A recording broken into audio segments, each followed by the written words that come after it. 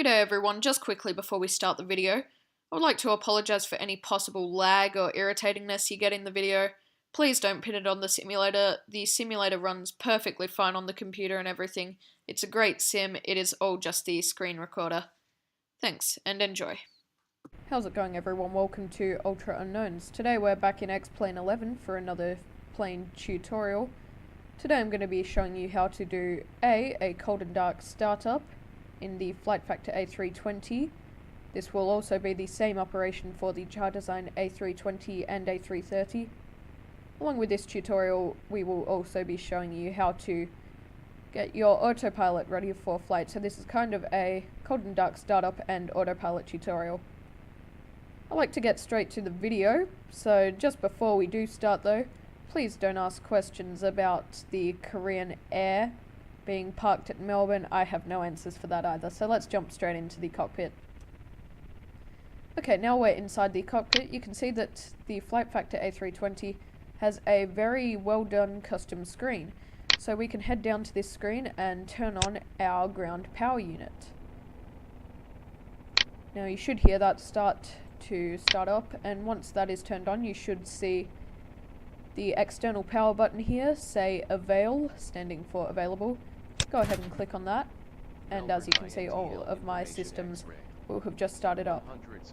Now that is probably the most annoying thing with it, is when you turn it on, the ATIS information automatically pops up on this aircraft. It tunes to ATIS automatically, so I'm just going to go ahead, try to change my frequency here, just so that ATIS information will go away. Now you can go ahead and just set up your lighting or anything, customize it as to how you would want it. We're not going to really bother with lights for today, we're just going to turn in our strobes, our beacons, our wing and our navigation lights. We will leave the rest for taxiing and takeoff. The first thing you need to do is go ahead, basically I'm not running on any checklist today, this is just for people who really want to get a good idea of how to set up an aircraft without stressing over what order to do it in or anything. So basically anything that is illuminated right now you want to get rid of, unless it's one of the few exceptions like external power or Apu Bleed, which need to stay on. For example though, battery needs to go off. You need to remove anything really that says off in these white boxes. There we go, I'm pretty sure that's everything. Now I'm going to go ahead and turn on my pilot heat and anti-icing. You don't need to do this, but that is also something that I like to do. Now before you'll be able to start your engines, you'll need to have Apu Bleed turned on. You cannot start your engines without it. That is probably one of the most important things to a cold and dark startup, which a lot of people tend to forget these days. The Apu Bleed needs to be turned on along with your APU, so go ahead, press the master switch. You've probably got to wait a couple of seconds for that to power up, and then you can go ahead and press the start button. Once the start button turns to on, it will start up your APU for you. So I'm just going to go ahead and turn on our passenger signs so they don't smoke in the aircraft, as no one would want that. So now we are basically set up in the overhead panel. The only thing that you need to do now is make sure that your systems are all set down here. Everything looks alright, like it's aircraft waiting to be set up for autopilot. So once you've done that, you need to turn on the ADIRs up here.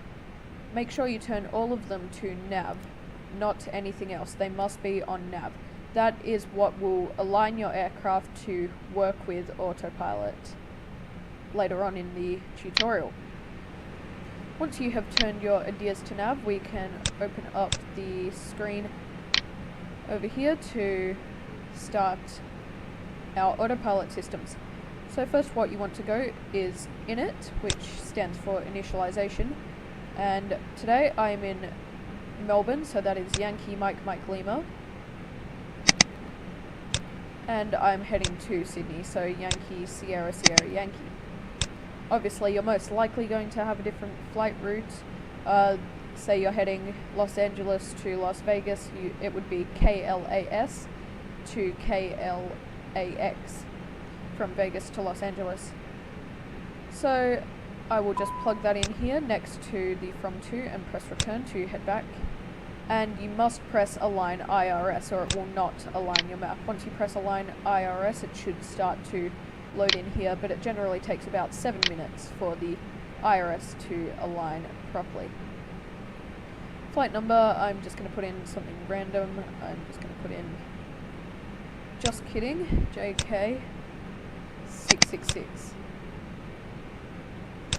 And the extra 6. Now a cost index, I suggest that you go ahead and kind of do some research into cost indexes. It's not too important on this in simulation life, it's kind of just something to do with the airline and fuel costs. So today mine will be 30, but you can really plug in a random number along there. Your cruising flight level, you will put in, today I'm going to be cruising at 34,000 feet, so 340 is my flight level. Then you do not need to put in the temperature, as when you put it in, it will automatically calculate the outside air temperature at that altitude, which is minus 52 degrees. I have gone for a completely full flight today, so I'm going to need 42.1 as my zero fuel weight, by the looks of it. If you need to, you can find your zero fuel weight over on the performance data page over here.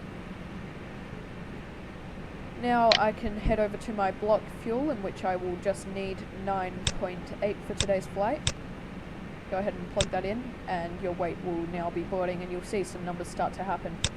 Once you've done that, you can head back to your main page, and everything will be set to go from there. Now we'll go for my flight plan. First, I want to click on my departure ICAO, which is Yankee Mike Mike Lima for Melbourne. Click departure, and select the runway that I am departing on. Let's say I'm going on runway 16 today. Now this is a SID. A SID is basically a standard departure pattern where you're just heading out in a series of waypoints to guide you out from the runway. Most of the time you'll be able to put one into a flight plan, but sometimes you might not have one.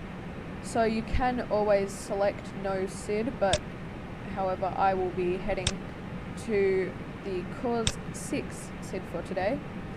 Put that into my flight plan and then press insert, and now that is there.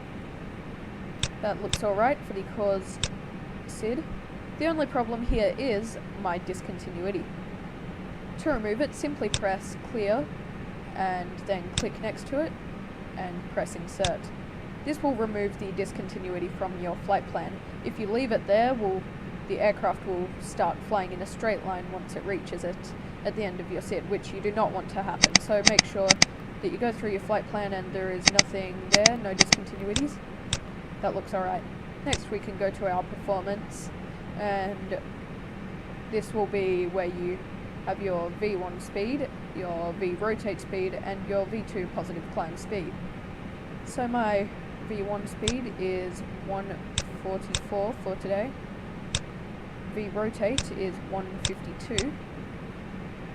And my V2 speed is 166. Flaps, that you don't need to log this information, but I would rather do so. 1 up 1 is my flaps setting for today. And flex 2 for my engines will be 99 degrees. Once you've done that, you're basically set to go over here in the FMC. You should be able to check over your route over here by changing to plan, maybe going out a few nautical miles. As you can see, it has all loaded into my flight plan, all okay. Once that is done, you're probably going to be either using the VATSIM network or the X-Plane default ATC. So you should be able to see over here the default box, the squawk box where you can put in your transponder code, but I'm not going to do that as I'm not using air traffic control this flight. Now I'm going to go ahead and turn on my taxi lights. There we go, and as you can see, once the APU has started, you will see avail for available on the start button. Once that shows up, you know that your APU has started and you can disengage the ground power unit.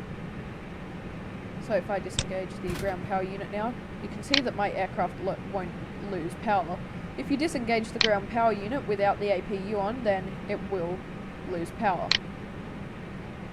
So now I'm going to go ahead and start up my engines. So to do that, you need to flick this switch down here from normal to igniter start, and wait for these X's all over your engines to change to numbers. Once you see that change to green numbers, you can go ahead and start up your engines by putting the fuel cutoff up.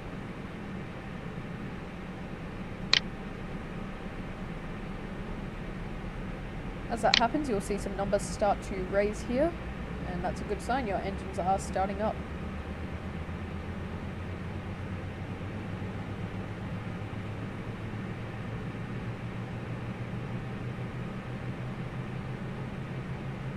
Now I will do the takeoff and engaging the autopilot, but if you feel confident from here, you can feel free to end the video as you wish, because all I'm going to be doing from here is heading out to the runway, taking off and showing you how to engage the autopilot in air. All you need to do to engage the autopilot is to set your initial altitude, which mine will be 3,000 feet for today, and your vertical speed, which you probably will know how to do, or your flight level change by adjusting the speed.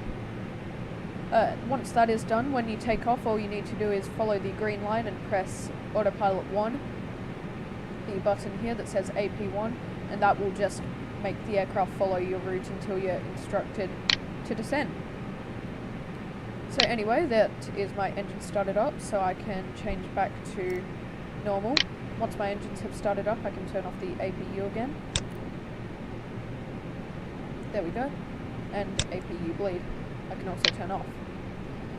Now, I do have a tow here, but okay guys, so I just skipped out through the taxi, and we're now at runway 16, preparing for our departure.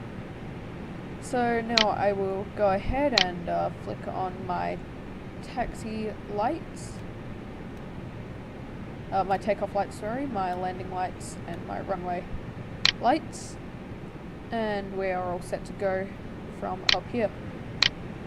So now I can go ahead and get onto the runway for departure. Would help if I followed the taxi line on as well. On runway 16. And let's set our toga. Power set.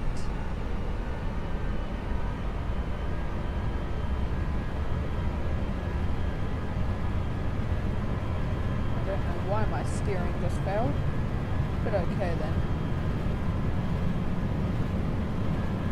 There's my V1 and my rotate. Ooh, that was a dodgy takeoff. I just flew a one-handed takeoff, proud of that. And there goes my gear up. My flaps up. And Autopilot 1. As you can see, as long as you make sure that your aircraft is following this green line once you take off, you can instantly just turn on the Autopilot 1. I don't know why I'm getting a terrain warning right now. Now to start my climb, I'm going to be pulling out the speed knob and climbing at 230 knots. This means that my aircraft will maintain 230 knots as it climbs.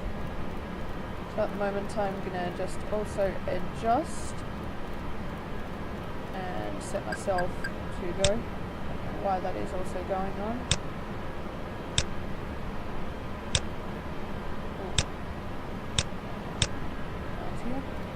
That should be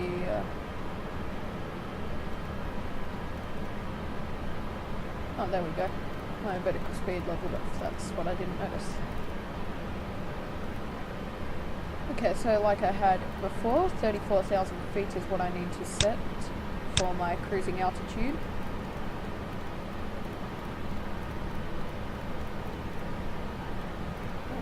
past it there too.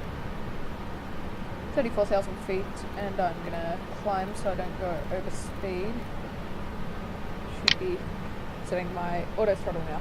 So to set auto throttle, put both of your notches, your throttle notches into your auto throttle notch, and then you can go ahead, press autopilot, and you will see the speed button appear to show, and you'll see the engine starting to change. I want that speed to take me to my current speed, which will be 310 knots, or nautical miles per hour. So as you can see, there you go, I'm turning for Yarra, which is my first waypoint. That's all we've got to do. And right now, as you can see, beautiful Korean air, just cruising above Melbourne City.